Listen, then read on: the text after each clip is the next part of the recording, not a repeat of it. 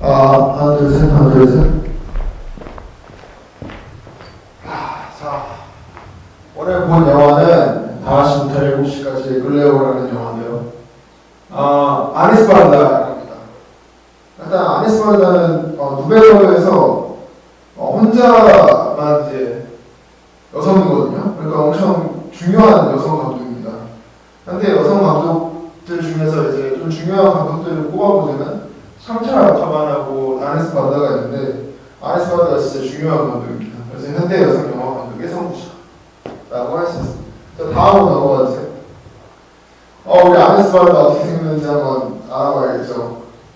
저번에 이제 제가 자크님이 설명한 거 영상 보신 분이라면 아니스발다가 중간중간에 나왔었잖아요. 기억나시죠?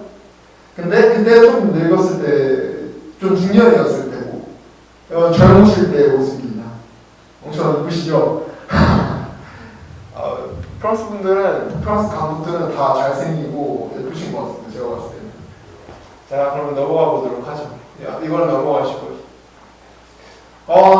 이 영화를 조금 이렇게 브레인스토밍을 해보자면 여러 개로 나눌 수 있는데요. 일단 저번에도 우리가 봤던 감독 이름이 뭐였죠? 봤던 영화 감독 이름 뭐였죠? 민서가 얘기해 주셔도 돼요. 자크데미였죠. 자크데미는 엄청 중요합니다. 아니스발다한테. 이따가도 이제 자크데미하고 아니스발다의 사진 보여드릴 텐데요. 자크데미는 아니스발다의 남편입니다. 그래서 저번 영화 보신 분들이라면 자크데미랑 아니스발다가 같이 나왔던 사진들을 보면서 이런 관계였구나 라는 걸 알 수 있었고요. 저번에도 중요했던 그 사람이 있었습니다. 바로 미셸 르그라인데요. 오늘 좀 그 노래가 많이 나오지 않았어요? 그렇죠? 이 노래가 많이 나오는데 이번 영화 그 사운드 감독도 노래 감독도 미셸 르그라인입니다. 저번에 봤던 영화에서도 감독이 음악 감독이 미셸 르그라인이었죠? 근데 오늘은 출연도 했습니다. 어디서 나왔을까요? 한번 유추해 보시세요. 어디서 나왔을지. 우리 그 피아노 막 꽝꽝꽝 치던 사람 기억나세요? 이름이 바알이었죠? 그 사람이 미셸 르그라인입니다. 그래서 여기서 영화에서도 출연했어요. 이번에 재밌는 사람이죠? 그리고 또 보면은 이제 뭐 누베르방이 이따 자세히 설명해드릴 테고 그 극중극이 있었죠? 영화 속의 영화. 그 영화 속에 나온 인물들도 엄청 중요합니다. 그 누베르바그 사조에서 엄청 유명한 장르 꼬다르라는 사람이 그 남자로 출연했고 그의 배우자 그러니까 그의 이제 부부였던 안나 카리나라는 사람이 나왔습니다. 근데 좀 재밌는 건 장르 꼬다르 사진을 막 다 찾아봐도 선글라스를 항상 끼고 있어요. 근데 이 영화에서는 선글라스를 벗은 장르 꼬다르의 모습을 볼 수 있어요. 그래서 좀 재밌는 부분이에요. 어딜 가서도 선글라스를 절대 벗지 않거든요, 장르 꼬다르는. 근데 장르 꼬다르가 여기서 벗고 영화에 출연을 했다는 것도 재밌는 이제 에피소드 하나고요.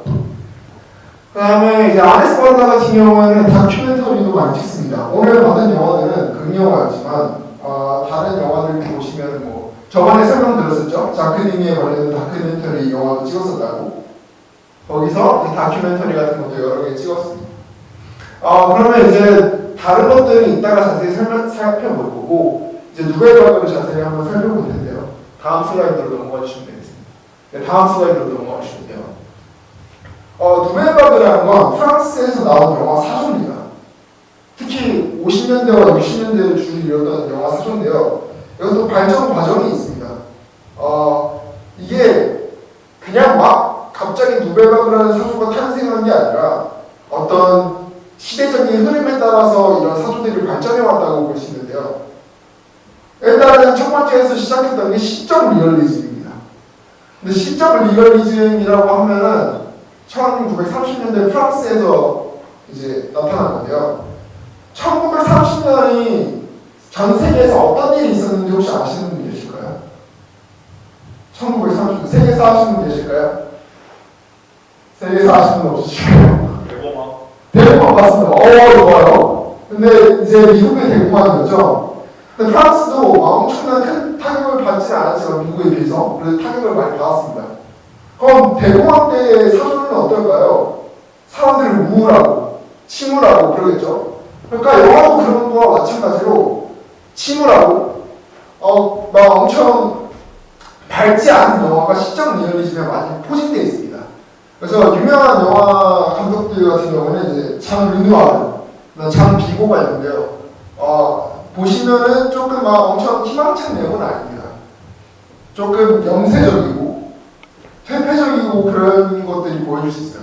근데 왜 시적 리얼리즘이냐? 리얼리즘하고 시적은 좀 안 어울리지 않나? 근데 이제 시적 리얼리즘이라는 건 어떤 형태를 띠고 있는 겁니다. 그러니까 리얼리즘이긴 한데 여기서는 이제 어떤 걸 많이 조금 이제 증진했냐면 콘트라스트를 엄청 많이 씁니다. 빛의 콘트라스트. 흑백 영화였거든요. 그래서 빛의 콘트라스트를 많이 썼었고 그 다음에 또 이제 세트가 무대의 세트를 꾸며서 합니다. 그러니까 다른 외부 장소에서 가서 하는 게 아니라 세트 내에서 찍어서 이제 했던 거 이제 시적 리얼리즘의 특징입니다.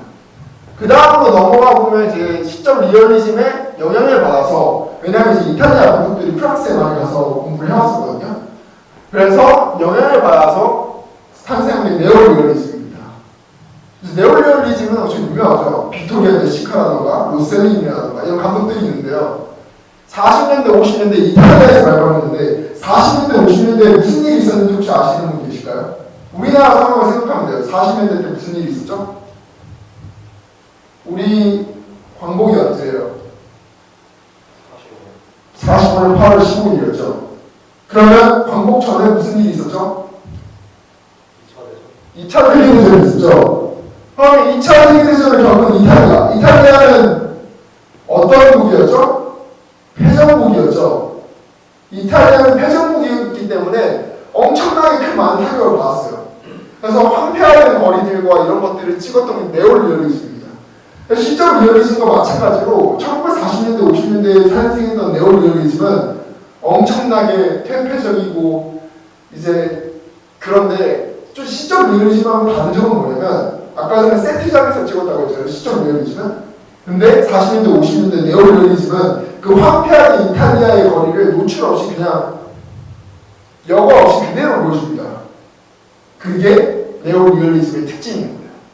그래서 이런 네오리얼리즘의 특징을 이어받아서 프랑스에서 다시 50년대, 60년대 때 탄생했던 사조가 누벨바그입니다. 그래서 조금 다른 점은 시적 리얼리즘은 무대 세트에서 진행했는데 네오리얼리즘하고 누벨바그 같은 경우에는 조금 거리를 주는 걸 집중했습니다. 특히 그리고 이 네오리얼리즘 때랑 누벨바그 때는 그 대규모 이제 영화 그 투자사가 망했기 때문에 소규모 투자사들이 많이 생겼습니다. 그래서 탄생했던 것들이 작은 이제 소규모 이제 감독들이 많이 탄생했다고 볼 수 있는 거예요. 이해가 되시죠? 그 다음 한번 넘어가 보겠습니다. 저번에 이제 안 들으신 분도 계셔서 좀 복습을 하는 차원에서 넘어가 볼 텐데요.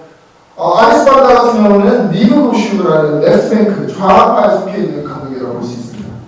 그러면 우리 레프트뱅크가 어딘지 한번 자세히 알아봐야겠죠? 넘어가 주시면 될 것 같아요. 자, 저번에 들으셨던 분들은 이 사진이 익숙하시죠? 그러면 오늘은 조금 안 들으셨던 분들한테 질문을 해보겠습니다. 자, 여기 강은 무슨 강일까요? 여기 강. 저희한테 말해 주실 수 있어요? 무슨 강일까요? 샌드강? 좋아요. 샌드강을 기준으로 우리는 좌파와 우한파로 나눌 수 있습니다. 여기서 기준 저번에도 설명을 했었죠. 제가 여기 기준이 있다고 치고 여기가 왼쪽이죠. 여기가 좌파고 여기 위에가 우한파입니다. 이따가 아까 전에 이 5시부터 7시까지 끌레오의 그 인물들의 동선도 다 설명해 드릴 거예요. 이 사진을 보고. 자, 그러면은 우리 한번 넘어가 보도록 할게요. 일단 우한파와 좌한파가 있는데요. 우한파는 까이드 시네마라는 그 잡지를 중심으로 탄생 이제 많이 이제 발전해 왔던 감독들이 우한파고요. 좌파는 그거와 독립적으로 다큐멘터리, 예술적 실험, 좌파 성향을 많이 갖고 있습니다. 근데 그렇다고 이제 까이리 시네마가 좌파 성향을 안 가진 건 아니고요. 68년 이후로는 프랑스 사람들이 거의 다 이제 좌파들이 많이 생겼기 때문에 다 그냥 뭐 그렇게 됐다고 생각하시면 될 것 같습니다. 그리고 까이리 시네마 같은 경우에는 우리 저번에도 예전에 우리 한번 본 적 있었죠. 까이리 시네마 말고 이제 우한파 감독들을 한번 본 적이 있었죠. 저희 우에파가 첫 번째로 봤었던 감독 이름 기억나실까요? 뭐였을까요? 민선으로 뭐였을까요? 예전에 작년에 에릭 로메르를 처음 봤었죠. 에릭 로메르가 우한파인 숲이 있는 감독이라고 볼 수 있습니다. 자, 그 다음으로 넘어가 보실게요. 자, 우리 한번 물어보도록 하죠. 오늘 5시부터 7시까지 끌려고를 봤는데 이 작품의 주제는 무엇일 것 같은가요? 그냥 아무렇게나 손드셔도 얘기하셔도 돼요. 아니면 제가 지목하겠습니다. 이 작품의 주제는 무엇일 것 같은가요?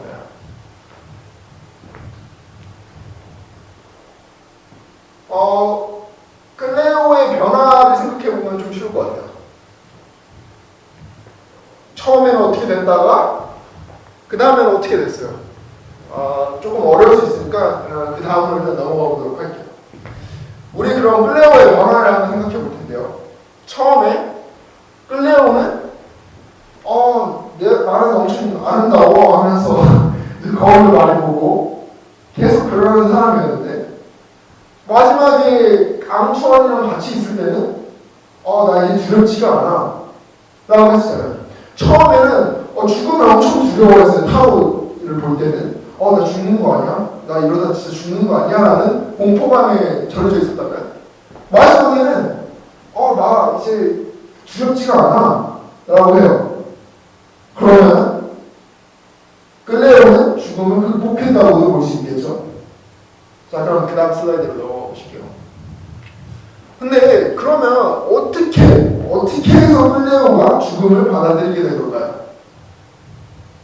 어떻게 해서? 우리는 그 여정을 오늘 1시간 반 동안 쭉 봐왔죠. 첫 번째 중요한 어떤 죽음에 대한 두려움과 그 다음에 죽음에 대한 극복 사이를 오늘 1시간 반 동안 쭉 봐왔어요. 그러면은 제가 이거 어떻게 극복했을까를 한번 전히 설명해 드리도록 하겠습니다. 다음 슬라이드로 넘어가 볼 수 있도록 할게요. 우리가 좀 특이한 점이 있습니다. 우리가 일반적인 극영화를 볼 때는 시간을 알려주진 않아요, 영화 속에서. 근데 오늘은 계속 뭔가 시간을 암시하는 것들이 계속 나왔었죠.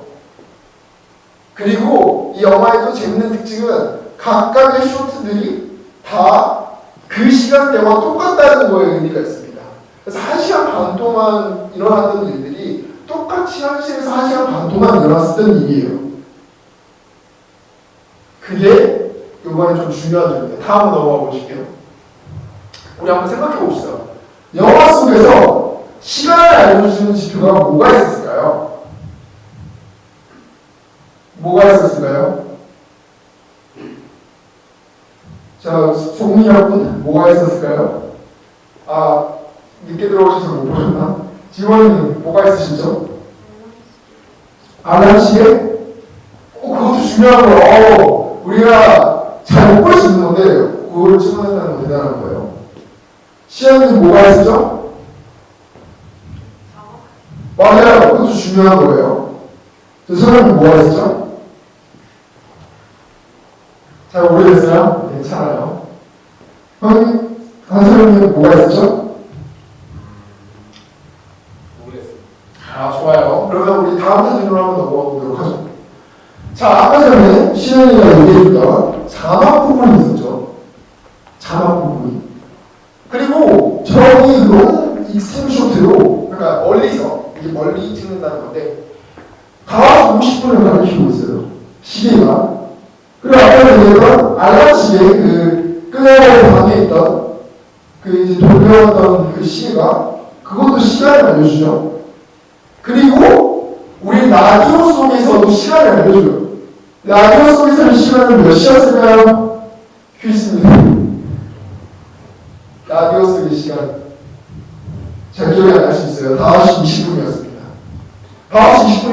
실제로 이 영화를 찍은 당시에도 5시 20분이었고 이 영화 속에서도 5시 20분이었죠. 그러니까 계속 시간을 알려주는 지표를 던져주는 거예요. 그럼 대체 왜 우리한테 시간을 알려주는 지표를 계속해서 던져줄까? 다음 슬라이드로 넘어가 주실게요. 왜 알려주는 걸까? 왜 알려준다고 생각하실까요? 의견이 있으신 분은? 변화한다는 거 그런 표현도 볼 수 있죠. 어떤 걸 계속 그 지표를 계속 보여준다는 걸 계속 의미가 있을 수 있죠. 근데 우리가 이제 현실 속에 왜 우리는 지금 영화를 보고 있는 거잖아요. 극을 보고 있는 거잖아요. 근데 왜 계속 현실의 시간을 알려줄까요? 왜 계속 현실의 시간을 알려줄까요? 관객들한테. 그 이유가 솔직히 없어도 되잖아요. 우리가 그냥 영화를 볼 때는 그냥 시간을 안 알려줘도 되는 거예요. 근데 왜 시간을 계속 알려줄까? 그 이유는 다음 슬라이드 한번 넘어가 주시죠. 일단은 제가 착각해 넣어서 왜 시간을 알려줄까?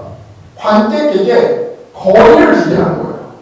끌려가는 사람의 동안이지 말고 너가 어느 정도 객관적으로 바라볼 수 있게 해 라고 영화가 계속 인도하는 거예요. 왜 그렇게 잘해주시네요. 바꿔주시네요. 그래서 왜 객관적으로 해줄까? 다음 슬라이드로 넘어가 보실게요.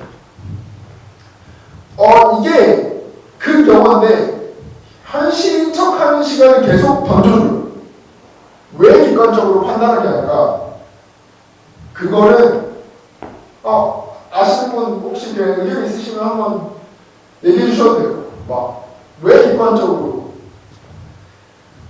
자기 자신이 만약 그 시간이 있다면 어떻게 할지 좀 생각해. 똑똑하네요 진짜. 그러니까 삶과 죽음을 관객도 생각해보라는 거예요. 관객도 자신에게끔 하게끔 끌레오를 보면서 끌레오에 동화되지 말고 자신의 삶과 죽음도 객관적으로 판단해보라는 거예요. 그런 장치로 쓰이기 위해서 이 시간을 계속 지표로서 던져주는 거예요. 여러분들은 2시간 동안 자신의 삶과 죽음에 대해서 고민해 보셨나요? 이따가 한번 얘기해 볼게요. 자, 다음으로 넘어가 주실게요.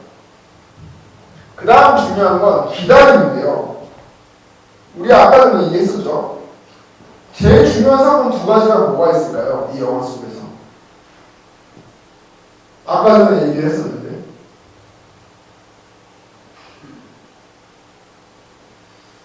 제일 중요한 사건.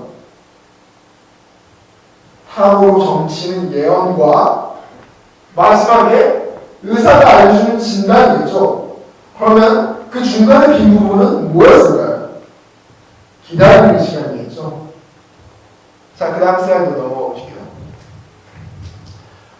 우리는 예언과 진단 사이에 기다림의 시간이 있습니다. 근데 우리가 기다리면서 여러 것들을 받아봤어요. 우리 한번 좀 기억을 되살릴 수 있겠죠? 어떤 걸 떠올리는지는 자세히 이따가 볼 거고 한번 여러분들이 생각을 한번 해보실게요. 끌레오가 과연 예언과 진단 사이에 어떤 것들을 봤었나? 거리에서 어떤 것들을 봤었나? 그리고 이 기다림의 시간은 타자가 낼 수 있는 시간인 거예요. 아까 전에 시간을 알려주는 지표가 끌레오에서 동화되지 말고 자신을 객관적으로 바라봐야 하는 시간이라면 이 기다림의 시간은 끌레오 자신에게끔 객관적으로 바라볼 수 있게끔 하는 시간인 거예요. 그래서 끌레오는 타자가 될 수 있는 거예요. 아까 전에 일부에서는 엄청나게 막 자신을 바라보면서 자신에게 도취해 있었는데 끌레오는 어떤 것들을 보면서 자신이 아니라 타자가 되어져 있어요. 우리 그걸 조금 자세히 이따 좀 살펴볼게요. 다음으로 넘어가 보실게요. 이제 모리스 블랑쇼가 이런 말을 했습니다. 오로지 기다림만이 주의하게 만든다. 어떤 계획도 있을 수 없는 빈 시간은 주의하게 만드는 기다림의 시간이다. 그러니까 자신이 객관적으로 되면서 그거를 주의 깊게 바라보기 시작한다는 거예요. 자신의 주변에 있는 공간들을. 자, 그 다음으로 넘어가 보도록 하죠. 일단은 좀 중요한 건데요. 이 영화의 주제 같은 경우에는 방랑하는 여성입니다. 아레스 바르다는 엄청나게 중요하게 생각했던 주제들은 어떤 영화들이 계속 관통하는 주제들은 방랑하는 여성입니다. 그래서 아레스 바르다의 영화 중에 방랑자라는 영화도 있고요. 계속 끌려오는 1시간 반 동안 이 파리 도시 내를 방랑하고 이동하고 산책합니다. 이게 현대 영화의 특징입니다. 고전 영화 같은 경우에는 뚜렷한 목적이 있어서 어떤 문제를 해결하려고 해요. 근데 이 끌려오는 어떤 무언가를 해결하려고 하나요? 해결하려고 하지 않죠. 이게 현대 영화의 특징입니다. 이 지엘 드네즈라는 철학자가 한 말인데 현대 영화의 특징은 방랑을 하는 것이 현대 영화의 특징이다. 그리고 이 방랑은 시간 이미지를 보여준다고 해요. 시간 이미지란 지엘 드네즈 시네마 투어라는 책에 철학책이 나오는데 시간 이미지가 어떤 거냐면 시간 자체는 변하나요? 여러분? 시간 자체가 변하는 것 같은가요? 어떻게 생각하세요? 시간 자체가 변하는 것 같아요? 아닌 것 같잖아요. 자, 시간 자체는 안 변합니다. 근데 어떤 게 변하죠? 시간 내에 있는 사람, 사물, 자연 이런 것들은 계속 변화하죠. 끌려오는 마찬가지로 이 영화 속에서 변화합니다. 이 변화함으로써 시간을 알려주는 거예요. 방랑을 하면서 변화되는 모습을 통해서 시간을 알려주는 거죠. 시간 자체는 변하지 않아요. 그래서 이게 시간 이미지가 방랑을 통해서 밝혀진다라는 것이 있는 거예요. 자, 그 다음으로 넘어가 보실게요. 자, 우리 그러면 조금 이번에 좀 재밌는 겁니다. 너무 어려운 얘기만 했는데 이번엔 조금 이제 파리 시내를 아까 전에 끌려와 같이 투어를 해볼 거예요. 자, 여러분 이거 알아두시면 파리 가면은 재밌게 볼 수 있겠죠? 여기 내가 봤던 그 5시부터 7시까지 끌려가서 봤던 곳인데 이러면서 자, 우리 첫 번째 시작할 그 타워 공간은 리볼르 거리라는 1구역이 있는 공간입니다. 루브르 박물관 근처에 있죠. 이 1구역에서 시작해서 이쪽쯤에 퐁네프 다리라는 데가 있습니다. 퐁네프 다리는 레오 카락스의 영화에서도 많이 나오는데 퐁네프 거리를 건넜습니다. 그러면 어디 구역이 나올까요? 여러분, 제가 손을 가리키고 있는 걸 얘기 한번 해보실래요? 다 같이. 6구역이 나오죠. 여기 6구역을 건너다 보면 생제르망 거리라는 곳이 나옵니다. 그래서 아까 전에 그 택시를 타고 이동했던 공간이 퐁네프 다리를 건너서 생제르망으로 이동합니다. 생제르망 거리. 우리 파리 생제르망 아시죠? 이강인이 뛰고 있는 그 공간이 이 생제르망입니다. 그리고 이 생제르망을 건너서 어디로 가냐? 몽파르나스로 갑니다. 몽파르나스로 가서 아까 전에 보면은 여기 예술가들의 거리야, 도로테와 같이 택시를 타면서 여기 예술가들의 거리야라고 했던 데가 몽파르나스입니다. 몽파르나스는 실제로 예술가들이 많이 결집됐던 공간인데요. 저번에 예전에 홍상수 얘기했을 때 제가 인스타에 올렸던 게시물 중에 이제 폴 세잔이라고 좋아했던 그 홍상수가 좋아했던 미술가가 폴 세잔이라고 했잖아요. 폴 세잔도 몽파르나스에서 활동했습니다. 그래서 몽파르나스에서 몽수리 공원으로 가는데요. 몽수리 공원은 14구역입니다. 자, 그 다음 몽수리 공원에서 어디로 이동했냐? 세피트리에라는 병원이거든요. 근데 그 병원을 몽수리 공원에서 5구역으로 이동했습니다. 원래 아레스 바르다의 계획은 아래서부터 쭉 올라와서 파리를 한번 횡단하는 걸 계획했었는데 그냥 이제 우한파 쪽을 보는 걸로 이 영화는 이루어지거든요. 근데 나중에 이제 파리 가면 여기 가서 여기 끌려와 영화 공간인데 이러면서 가면서는 재밌겠죠? 그거 다 유익한 겁니다. 자, 다음으로 넘어가 보실게요. 우리 아이들 봤으니까.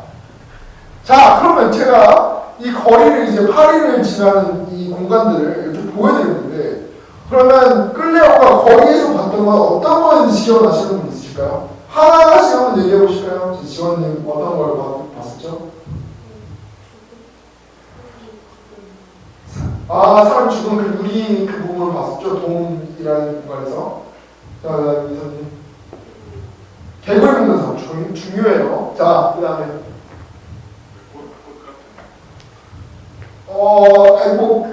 이제 이동할 때 꽃도 보긴 했었죠? 저 오동나무를 보긴 했었죠? 그쵸? 아, 한솔님. 버스를 타고 가긴 했죠. 이동이니까. 근데 어떤 걸 보는 기억이 좀 더 있을 거예요. 시현님? 모자? 모자 가게도 들어갔었죠. 중요해요. 좋아요. 모자 가게에서 오늘 뭘 봤었죠? 모자 말고 모자를 쓴 자신을 더 많이 보지 않았나요? 그렇죠? 그 다음에 가인이? 자동차로 발견되었던 예술학교. 맞아요. 중요해요. 자, 혜연님? 예술가들이 많이 그렇죠. 그것도 중요해요. 어찌 보면. 선생님 뭘 봤다고 하셨죠? 기억이 안 나시나요? 그렇죠. 자, 그러면은 우리 한번 다음 슬라이드로 넘어가 보시죠.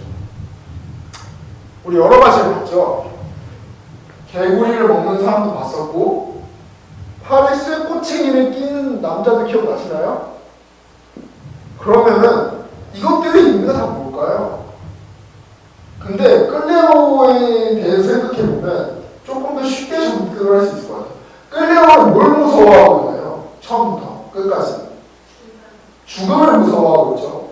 그러면 이것들은 어떤 것들이라고 볼 수 있을까요? 죽음을 상징하는 것들이라고 볼 수 있겠죠. 우리가 항상 추하고 역하고 끔찍하다고 여기는 것들은 죽음입니다. 죽음과 연관되어 있잖아요. 그렇기 때문에 우리는 끌레오가 거리에서 죽음을 바라본다고 할 수 있는 거예요. 그럼 이건 좀 더 전문적으로 들어가서 한번 잘 살펴보도록 할게요. 자, 그 다음 우리에게 있어서 검은색과 흰색은 이 영화에서 엄청나게 중요합니다. 자, 우리 한번 떠올려보죠. 끌레오의 방은 어떤 색으로 이루어져 있었나요? 흰색으로 이루어져 있었죠. 그러면은 끌레오가 나중에 옷을 갈아입고 거리에 나갔을 때 무슨 색의 옷을 입고 있었나요? 무슨 색의 모자를 쓰고 있었고? 검정색의 모자를 쓰고 있었고 검정색의 옷을 입고 있었죠. 자, 그럼 우리 한번 생각해 봅시다. 검정색은 무엇을 의미하고 흰색은 무엇을 의미할까요? 어떤 게 죽음을 의미할까요? 검정색이 죽음을 의미하겠죠. 그럼 흰색은 뭘 의미할까요? 산, 그렇죠? 그럴 수 있죠. 좋아요. 산, 그리고 뭐 행복 이런 걸 수도 있겠죠. 근데 우리가 생각을 해보면 과연 끌레오가 점점 우리가 변화되는 모습을 봤을 때 과연 흰색을 더 좋아했을까? 흰색에 좀 더 다가갔을까요? 아니면 검은색이 좀 더 다가갔을까요? 그쵸? 우리는 중요하게 바라볼 수 있는 공간이 있어요. 바로 그러니까 미셸 리그랑이 피아노를 칠 때 우리는 그 변화의 공간을 볼 수 있거든요. 자, 잘 생각해보세요. 당신 없이라는 곡을 부를 때 끌레오의 주변의 색깔은 뭐였나요? 점점 트래블링으로 가면서 그녀에게 클로즈업을 했어요. 그 배경 색깔이 뭐였는지 기억 혹시 나시나요? 검정색이었죠. 그쵸? 좋아요. 똑똑하네요. 잘 기억하고 있어요. 그래서 흰색에서 검정색으로 변한 거예요. 자, 그러면은 우리 한번 생각을 해봅시다. 우리 요제가 끌레오의 방에 들어갔을 때 끌레오가 자신의 병이 있는 걸 요제한테 말하지 말라고 했었어요. 왜 끌레오가 요제한테 말하지 말라고 했었을까요? 그쵸? 남자들은 아픈 여자를 싫어해요. 라고 했어요. 그러면 그 흰색 공간은 삶과 행복이라고도 볼 수 있지만 어떤 미성화된 공간이라고 볼 수도 있겠죠. 그쵸? 어떤 이상화된 여성상이라고도 볼 수 있는 거예요. 근데 오히려 그 검은색은 죽음이고, 그렇지만 긍정적인 죽음은 긍정적인 형태의 것을 볼 수도 있는 거예요. 죽음을 받아들인다라는 그런 상징으로도 바라볼 수 있는 거겠죠. 자, 그 다음으로 한번 넘어갈게요. 우리 1부와 2부를 나눈다면 어떤 구간에서 나눌 수 있을까요? 제가 아까 전에 한 말 중에 힌트가 있습니다. 어떤 구간으로 나눌 수 있을까요? 제가 아까 이거 보여주면서 피아노 씬이죠. 그렇죠? 트래블링 씬에서 클로즈업으로 들어가는 거고. 그래서 1부와 2부는 이 구간으로 나눌 수 있습니다. 그 다음에 클레오는 검은색 옷을 입고 흰색으로 치장되어 있던 옷을 벗고 검은색 옷을 입었죠. 자, 그 다음으로 한번 넘어갈게요. 그래서 흰색은 죽음의 망과 카오베이 거죠. 아까 전 삶과 행복이라고 볼 수 있지만 우리가 아까 모제의 행동이나 클레오의 행동을 바라봤을 때는 죽음의 망각이거나 허위거나 거짓으로 바라볼 수 있지만 검은색은 죽음, 상처, 추함이지만 진실이라고 볼 수 있는 거예요. 그래서 여기서 중요한 건 검은색과 흰색이 중요하다는 거예요. 그럼 왜 타로에서 점은 컬러였을까도 생각해 볼 수 있겠죠? 그거 좀 이따 생각해 볼게요. 자, 그 다음으로 넘어갈게요. 변화했습니다. 아까 전에 그거는 그 트래블링 들어가십니다. 되나? 안 되겠지? 오케이. 그러면은 아까 전에 그 당신 없이 그 곡을 불렀을 때를 생각해 보시면 될 것 같아요. 자, 그 다음에 제가 아까 전에 계속 아니 아까 전에 계속 말했었던 게 거울하고 얼굴이라고 했었죠. 그럼 우리 한번 1부와 2부를 그 컬러로 나눠봤으니까 그 나눈 1부와 2부에서 클레오는 1부에서는 어떤 걸 더 많이 보고 2부에서는 어떤 걸 더 많이 봤을까요? 혜린님 1부에서는 거울을 더 많이 봤을까요? 얼굴을 더 많이 봤을까요? 거울을 더 많이 봤죠. 그리고 2부에서는 사람들의 얼굴을 많이 봤어요. 우리가 생각해보면 이거 왜 갑자기 얼굴이 등장하지? 라는 생각이 드는 부분이 많았어요. 어떤 부분이 있으냐면 클레오가 동에서 나와서 거리를 걸을 때 갑자기 앙젤의 그 비서 앙젤의 얼굴이 등장하기도 했고 요제 그 남자의 요제의 얼굴이 등장하기도 했었잖아요. 그리고 거리 속에서 사람들이 계속 자신을 쳐다봤어요. 그럼 사람들의 얼굴을 쳐다본 거였죠. 다음으로 넘어가 보실게요. 거울이라는 걸 바라봤을 때 우리는 거울을 바라볼 때 자신 자체만 보이잖아요. 그러면은 그 거울의 의미는 타진을 배제하고 자신이 이상화된 모습만 바라본다고 할 수 있겠죠. 자, 그러면은 타인의 얼굴을 바라보는 거는 나 이외에 다른 존재를 바라보는 거라고도 할 수 있겠네요. 그러면 우리는 검은색과 흰색, 거울과 얼굴이 이렇게 나올 수 있겠죠. 그래서 아까 전에 얘기를 했었잖아요. 클레오는 자신을 객관적으로 바라볼 수 있게 해준다. 거울도 그 사람들의 얼굴을 바라보는 것도 자신을 어떤 그 한 공간에 거울을 바라보는 것처럼 꺼는 것이 아니라 자신을 객관적으로 바라볼 수 있게끔 하는 게 이 거울의 역할, 얼굴의 역할이라고 볼 수 있는 거예요. 좋아요. 자, 그 다음으로 넘어가 보실까요? 자크 옹이 이런 얘기를 했습니다. 얼굴은 죽음의 암시다. 그러니까 사람들의 얼굴을 바라보는 거는 결국은 죽음을 바라보는 것과 같다는 거죠. 왜냐하면 그 사람의 시간의 경과와 자신이 몸을 가지고 있는 이상 죽는 거잖아요. 근데 우리가 사람을 바라봤을 때 제일 먼저 바라볼 수 있는 공간은 얼굴이잖아요.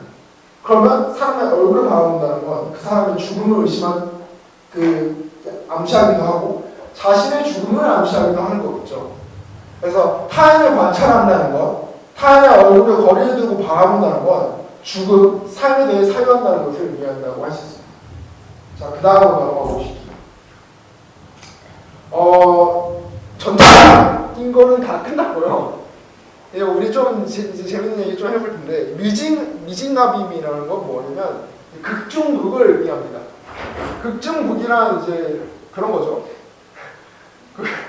극중극이란 이제 영화 속의 영화가 이제 극중극이라고 볼 수 있는데, 아까 전에 제가 장미꽃다라고 안나까리라는 사람을 얘기했었잖아요. 자, 그 다음으로 한번 넘어가 보실게요.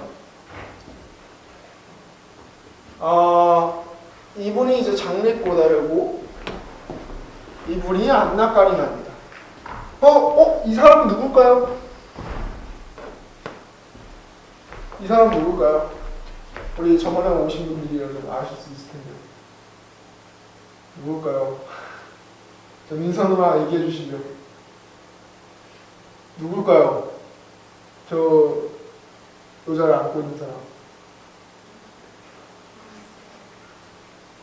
여자는 아네스 바르다고 남자는 자크 딘입니다. 아까 전에 그 영화가 맥도날드 다리의 연인들이라는 영화인데 단편입니다.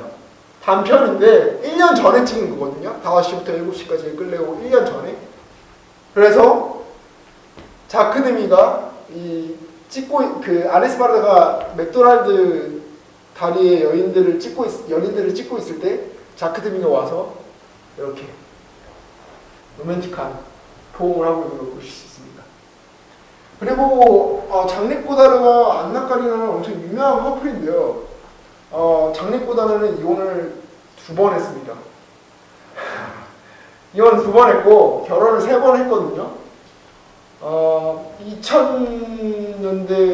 2020년대에 돌아가신 걸로 알아요. 장리꼬다르가 어떤 걸로 돌아가셨냐? 이제 안락사를 하셨습니다. 자신의 선택으로. 근데 병이 있으신 것도 아니에요. 왜 안락사를 하셨냐? 인생이 너무 무료해서 안락사를 하셨다고 했습니다. 그러니까 조금 이상하신 분이기도 한데 하여튼 그런 분입니다. 그리고 장리꼬다르 같은 경우에는 이제 아네스 바르다가 나중에 다큐멘터리를 촬영할 때 장리꼬다르를 찾아갔었거든요. 근데 문 앞에 장리꼬다르가 쓴 암호로 아네스 바르다가 들어오지 못하게끔 들어오지 말아줘, 나랑 만나지 말아줘라고 하기도 했습니다. 그만큼 장리꼬다르랑 아네스 바르다랑 자크 딘이랑 좀 교류가 많았습니다. 옛날에. 근데 이제 68혁명이 일어나고 이후부터 고다르는 자크 딘의 영화를 계속 깠습니다. 너 이런 그 유치한 영화 뭐야? 현실을 제대로 직시하지 못하고 있어. 넌 너무 환상을 바라보는 거 아니야? 자크 딘의 영화 보시면 사실 그런 느낌이 나죠. 그래서 고다르는 엄청나게 그렇게 깠다는 걸 볼 수 있습니다. 자, 오늘 이렇게 다음 슬라이드로 넘어가 주시면 될 겁니다. 객관적으로 바라보기를 계속 얘기를 했었는데요. 우리 영화 밖에 머무르면서 관객인 우리도 끌레오처럼 우리의 실존, 삶, 죽음이라는 문제에 대해 사유해야 한다. 우리의 삶을 비관적으로 바라볼지 아니면 낙관적으로 바라볼지는 여러분의 선택이지만 우리는 이 영화 속을 바라보면서 사유를 한번 해볼 수 있다는 거죠. 자, 여러분의 삶은 낙관적으로 바라볼 것인지 아니면 비관적으로 바라볼 것인지 여러분의 선택에 맡기면서 오늘 주의 맞춰보도록 하겠습니다. 수고하셨습니다.